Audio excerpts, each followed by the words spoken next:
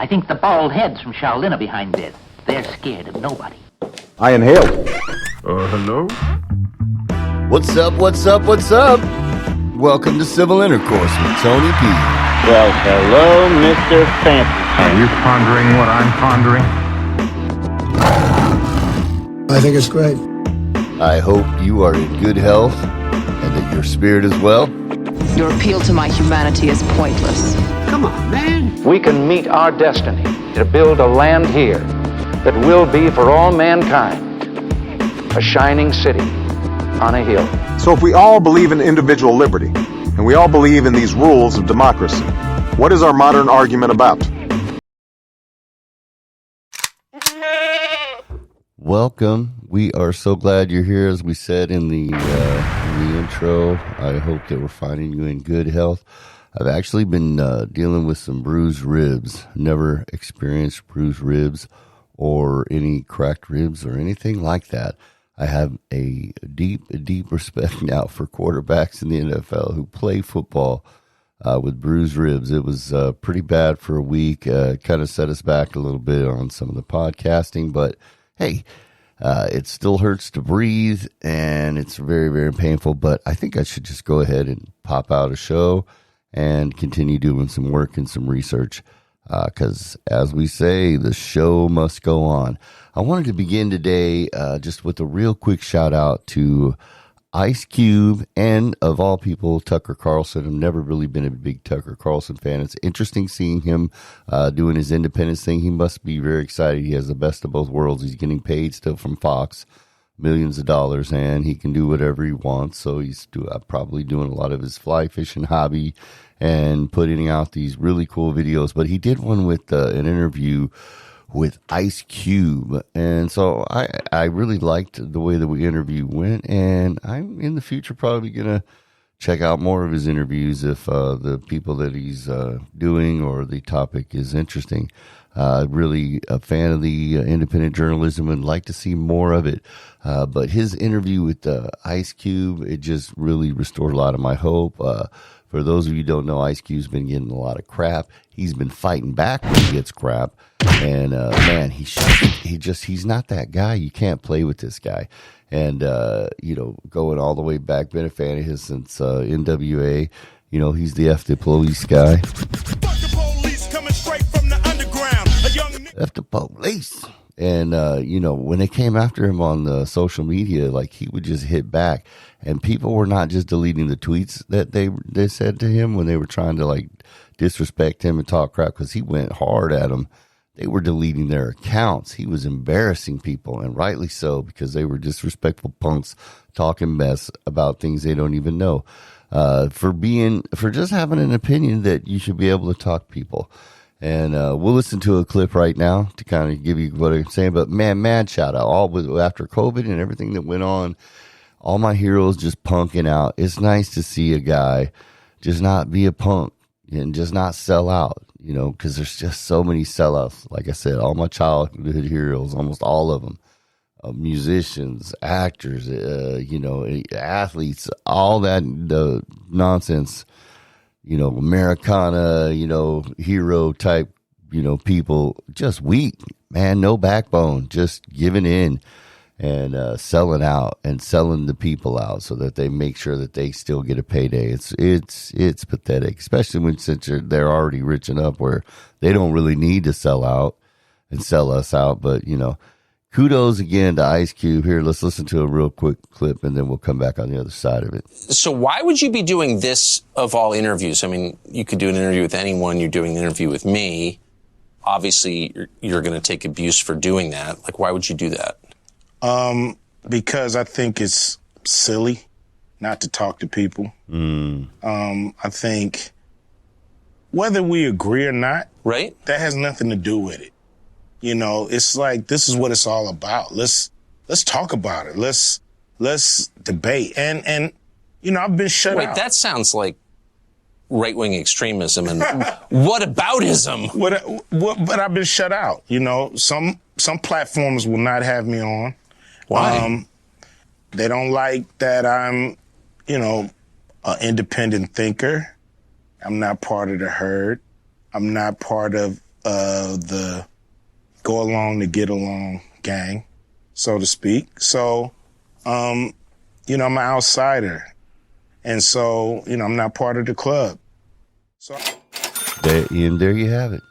And that's one of the things that they hate about Trump. He's an outsider too. He's not a part of the club. But this is about Ice Cube just being his own person, doing his own thing, and getting a lot of crap for nothing, for saying, I'll go anywhere and debate anyone, even whether I disagree or agree with you. And that's what we got to get back to. If we're not having civil intercourse, if we're not talking, if we're not working things out, if we're not talking to people we disagree with, if we're staying in echo chambers, and ideological bubbles, we're screwed. On to segment 2. The Founding Fathers. I have been reading the Federalist and Anti-Federalist papers. I read them every year, to be honest with you.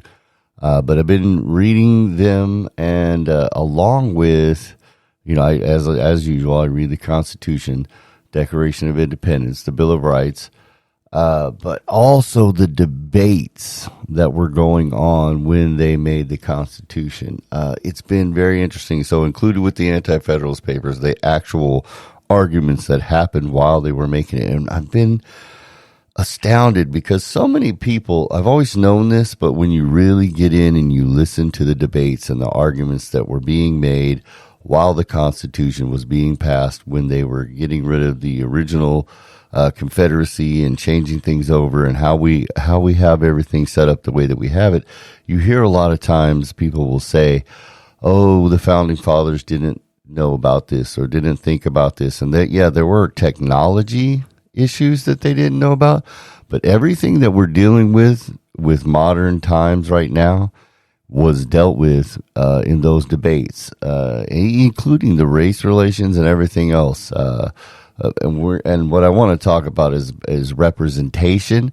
But I really suggest that everyone who is an American citizen dig into those documents, because it just, there's a point of ignorance when you say, oh, the Founding Fathers, that was written for a time back then, and that they had, and as if they had no idea of how things were going to go when we had this many people, and we had less people that owned land, and we had more people that were renters and leasers, and how that was going to go.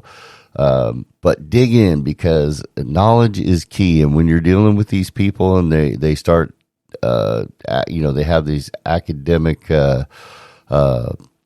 degrees, and they've been really indoctrinated with false history, it really helps to actually know the facts when it comes to the Constitution, just on a personal level. And it's just deeply fascinating. And there are so many things to go through, and I'll try to point you in the resources to some podcasts that I've been listening to that will be helpful in this too. But what I wanted to talk about with the Founding Fathers is representation, and specifically with Congress. One of the things that I came across that was just really interesting to me was when the Anti-Federalists were, kind of talking about the dangers of going in, and what, they were, and during this particular piece, they were having the conversation about what type of representation we have, and I'll read this and then we'll talk about why it's so interesting. But the speaker says, "I have trespassed so long on your patience. I am really concerned that I have something yet to say. The honorable member has said we shall be properly represented. Remember, sir, that the number of our representatives is but 10, whereof 6 is a majority. Will those men be possessed of sufficient information? A particular knowledge of particular districts will not suffice. They must be well acquainted with agriculture, commerce, and a great variety of other matters throughout the continent. They must know not only the actual state of nations in Europe and America, the situations of their farmers, cottagers, and mechanics, but also the relative situations and intercourse of those nations. Virginia is as large as England. Our proportion of representatives is but 10 men. In England, they have 558. The House of Commons in England, numerous as they are, we are told, are bribed and have bartered away the rights of their constituents. What, then, shall become of us?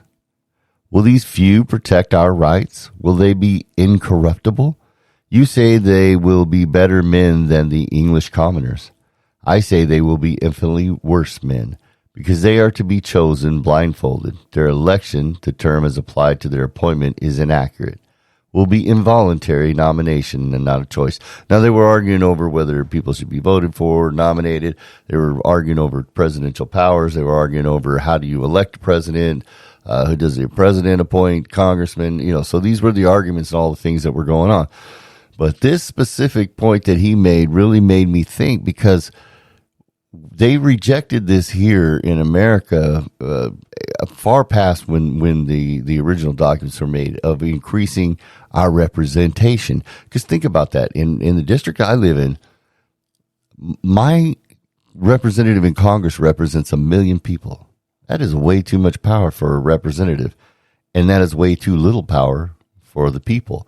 The founding fathers were concerned that we were going to have one representative for every 30,000 people. They thought that wasn't enough. The excuse that you can't do it in this day and age because of space is ridiculous, because you could have a bunch of representatives and then you could have one that goes and ends up doing the vote. There's ways to do it, but we really need to start thinking about, and the reason that I'm throwing this out there, just food for thought, and I really, again, suggest get into these documents, man. They're fascinating and amazing. This is a really big thing that we need to have. We need more representation, and we need to be, this will get more people in. They keep talking about pack the courts. We need to not pack the courts. We need to pack Congress. Senate, it needs to be one representative for each state, or two, or whatever the ratio is now, concurrent with the numbers. That's fine, because that's how the Senate is supposed to be designed. But Congress I believe we need more representation.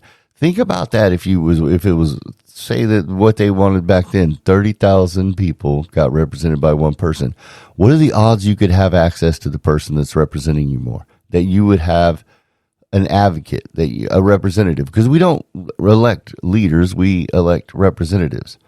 Just food for thought. Think about that, because it's something that we really need to be able to have more access to our power, and to not have a aristocrat a cabal set up, aristocratic cabal set up in our government, the uniparty.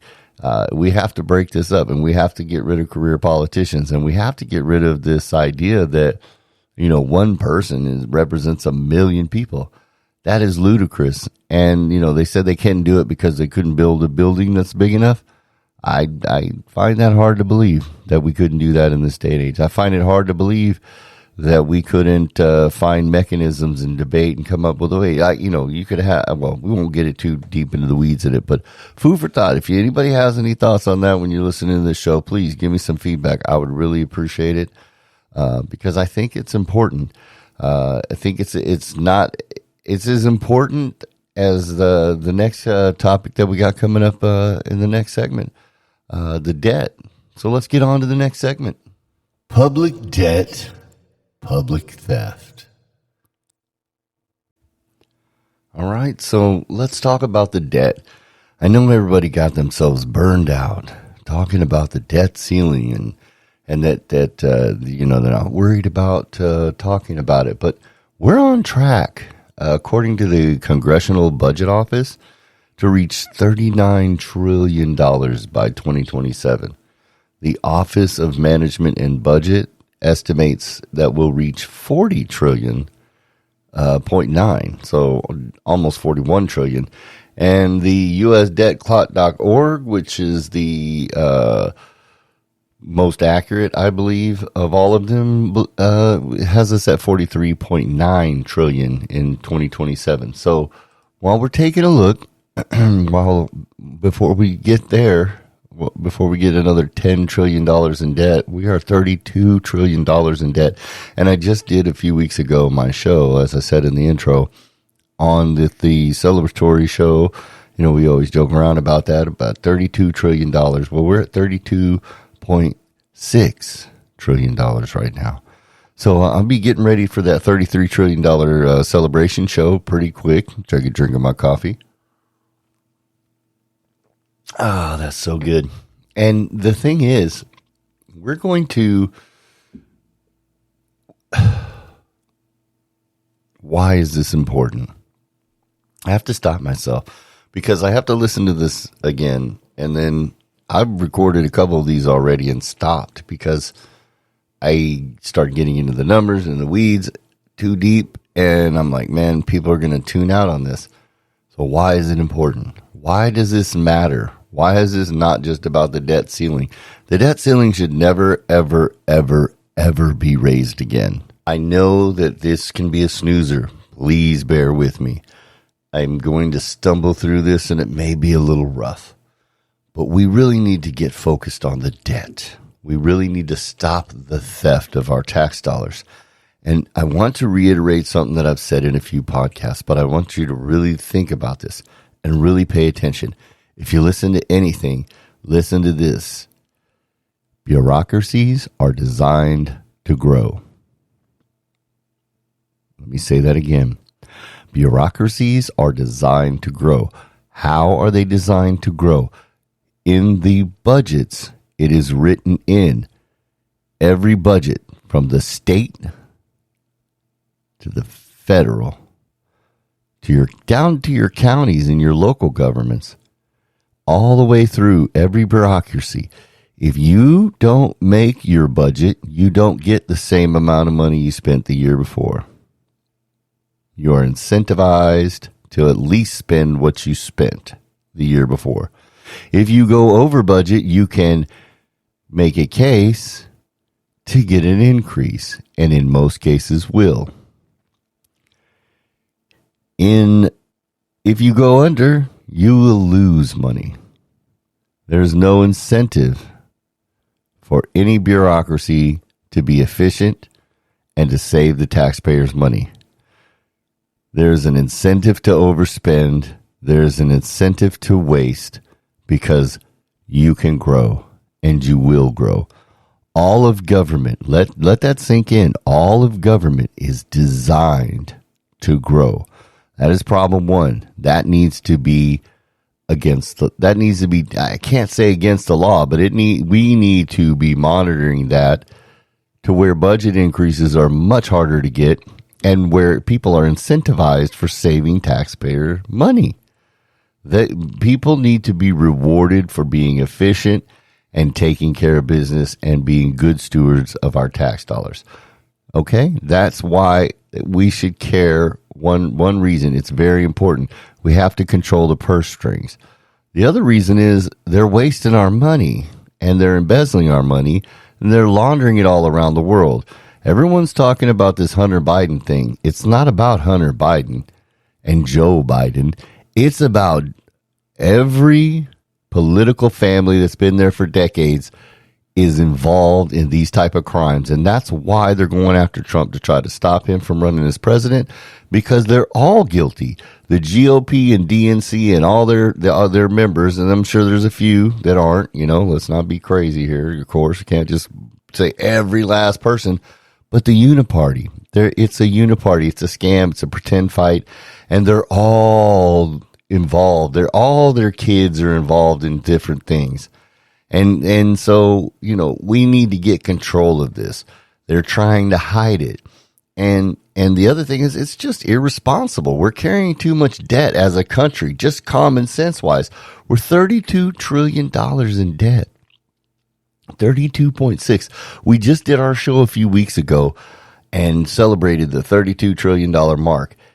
And we're getting ready and having to do work for the $33 trillion show. That's where we're at. This is very disrespectful. One of the things that I think that we really need to talk about too with this and why it's important is that $7.6 trillion of our debt that we're paying interest on is held by foreign countries. just think about that. Why have our representatives of our country put us under the thumb of the Fed, which is a cabal of bankers around the world, and why have they allowed us to be in debt to foreign countries by $7 trillion? There's a plan going on here, and it's been going on for decades. I said this in previous podcasts. We don't need a revolution. We don't need violence. We don't need anything but to become good voters. We need to be paying attention, talking to each other, comparing notes, and voting better. It's really that simple. And pay attention on election days and make them election days, not election months and election years. We need to get this done. We are way past the point where this should be done inefficiently the way it is. So that's a very big problem, having foreign countries holding our debt. I just don't think that should be going on. We have a trade deficit, $1 trillion. We need to fix that. Why do we have a trade deficit? Not have a trade deficit. It's ridiculous. One of the things that we have to figure out is, like, with all this frivolous spending, Ukraine is obviously such an easy target, but it's such a huge amount of money. It's almost $100 trillion or $1 trillion that we sent them. It was almost $100 billion. We have liabilities, so we're paying Social Security outright this annually, but our liability for it, long term, right now, as it stands, $22.808 trillion. Those are our liabilities with everybody on the books and the way the system's set up. Our Medicare liability is $35.593 trillion. So, what are we doing? Our U.S. funded liabilities is $192 trillion. A liability per each citizen is $574,000. Again, go to usdebtclock.org. Run through these numbers. We have 335 million people. 335 million people. We have 163 million in the workforce. 5 million unemployed somehow. Actual unemployed, almost 10 million, 9.8.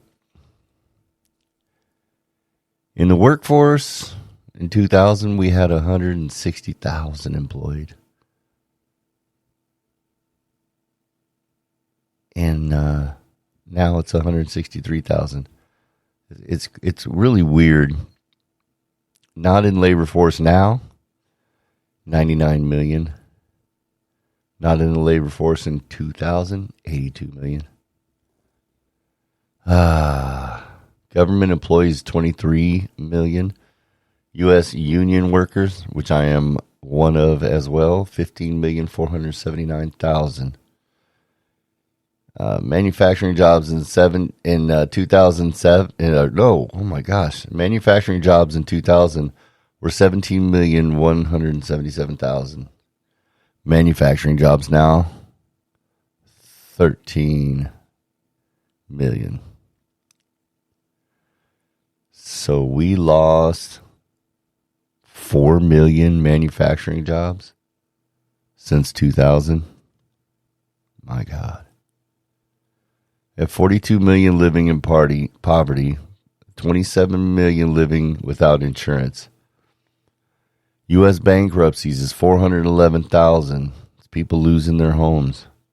U.S. foreclosures, 110. People losing their homes. Living in poverty, 42 million. That's just too many. It's just too many. Now, they tell us that we have 23 million U.S. millionaires. That's what they say. And 42 million food stamp recipients. 85 million Medicaid recipients. 63 million Medicare enrollees. 57 million retirees, 8 million disabled, U.S. disabled. So there's just some things to look at. There's some things to consider with this debt. But the one thing that you cannot have to consider, that no one should be considering, is whether or not this is important. I know it's been a dragger. I know I'm kind of, as I'm looking at these numbers, man, it kind of floors me. Because every time I look at them, I'm just like, how are people not paying attention to these numbers? And how are they not really just upset, calling their congressman? How are we not getting together? How are we not having debates and talking about this? We don't have to agree philosophically on everything, but damn, can we agree that $32 trillion and coming to be pretty quick $33 trillion is, kind of an important issue? Can we agree that the Congressional Budget Office says by 2027 that it's going to be $39 trillion? That the USDebtClock.org is estimating $43.9 trillion, and that the U.S. national debt is being projected by the Office of Budget Management and Budget at 40.9. By 2027, at least everyone is saying that running the numbers that we're going to at least be $40 trillion. $40 trillion by 2027. That's 4 years. And it's coming right around the corner. And when they're saying, we're going to give 50 billion to this country, and we're going to give 10 billion to this, and we're going to forgive this debt, and we don't have any money to forgive debt. There's no money for college debt forgiveness. The only thing you can do is begin to charge less for it now. You can start making these colleges get their act together and stop gleaning the wallets of our citizens for subpar education. It's not even that good. I mean, you got to spend all that money to get a crappy, useless freaking. I mean, why do you need a bachelor degree anyway to manage a McDonald's or a Burger King or a Taco Bell or a gas station, or, you know what I'm saying? When did we get to a world where those jobs required anything but a high school diploma? The world has gone mad with this obsession with you need a college degree. Hint, college does not make you smart, intuitive. It can expand you, and it can help, give you some basic education, no more than a library. I mean, information is available out there, and it's time people start paying attention. We have to get this debt taken care of, people. We have to pay this off. And of course, it's not going to get all the way off, but unless we, as voters, start getting rid of career politicians and stop letting them come in, and unless we fix our representation and start understanding what the founding fathers put in place for us, then we're going to have, some serious problems. Speak up, speak out, talk to people. Look at this. Go to USDebtClock.org. Start looking at the numbers. Chase down the resources. They have sources. That is when you get into the weeds of it, it gets even more interesting. And it leads you to these budgets when you're like, okay, well, let me break this down. What is going on? And when you try to read a budget, the budget that they pass, but Congress passes, Senate passes, and that gets signed, that nobody reads, it will blow your mind if you spend enough time reading it, because the waste, the theft, the outright just misuse of our tax dollars, it should offend everyone. And it is important for so many reasons. We need to take our freedom back, and it starts by taking our tax dollars back. The more money you have in your pocket, the more ability you have to affect the world around you. The more buying power the dollar has, the more effectiveness you can have in buying someone food, who needs it in your neighborhood, helping a family member, helping a friend, donating to your church or your different charity organizations. They are taking our money and our freedom and our ability to do things for our communities. They are stealing our money and pretending like we're here to help when they're only here to steal our tax dollars. It has to stop. We have to stop supporting the uniparty cabal of bankers. We have to stop making the Fed our backbone. We have to return to the silver and gold standard. We have to get back to being a real monetary system. This idea, any of these economists who say, oh, it's no problem, the debt can just keep going, and it's all fiat money and we'll be fine, and blah, blah. Those people need to be ran out of academia. They are incompetent and they're not doing their jobs properly. We need to bring back real economics. We need to bring back people who save. And then at some point, and I'm going to shock everybody here because of the GDP thing and how we look at the budget, at some point, we maybe need to figure out why we have built our system on basically a gambling model. It's been a pretty reliable gambling model, but it's also been manipulated by the Fed, manipulated by bankers. Come on, and I would like to leave you with this. Just remember, if we fail out here, as we close out, if we fail, the banks are too big to fail. They can't fail. Remember that. We bailed them out, but they won't bail us out. All those people lost their homes because after the banks got bailed out, they would not give loans out. They just paid off their debt, shored up their books, said thank you for letting us steal your money. It has to stop. They have to stop creating money out of thin air off of interest and making all that money off us. They don't even want to give us money. When we put money in the bank, we used to put money in the bank and you go get 3 to 4% interest in your account for keeping your money in there because they're loaning your money out. The banks don't even want to give you interest anymore. They want to charge you to put your money in the bank for them to make money off of you. They make money off you putting your money in the bank. You don't need them. You could buy a safe and keep your money at your house. You don't need them. Right? You don't need them. That's why they're starting to catch on to that. And now that's why they want to desperately turn everything into digital currency. Because they can control you and control me and control us.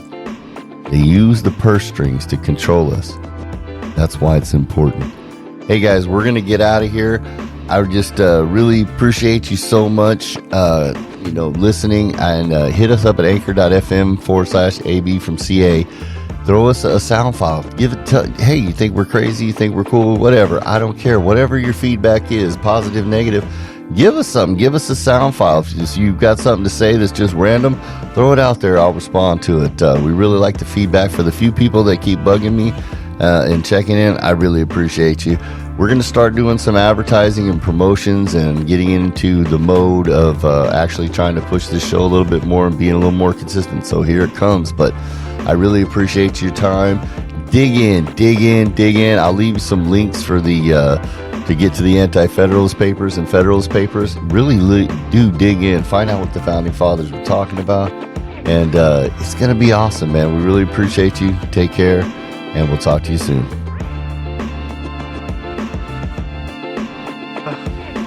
Everything that guy just said is bullshit. That's a good thing.